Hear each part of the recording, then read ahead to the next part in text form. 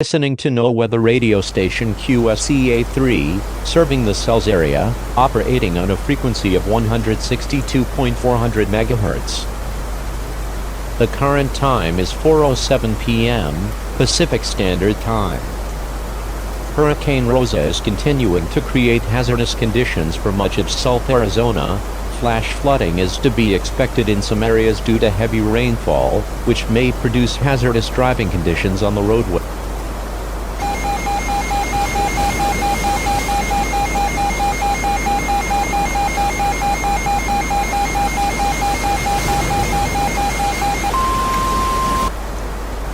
The following is an emergency message from the National Weather Service in relation to Menagers Dam near Cells, Arizona, which has overflowed over 1 foot beyond its maximum capacity due to rainfall caused by Hurricane Rosa.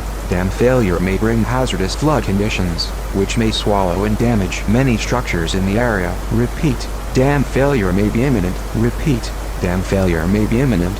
All residents of the communities of Alichuk, Kahat, and Menagers Dam should evacuate immediately. Do not return to your homes until officials say it is safe to do so. Stay tuned for more information.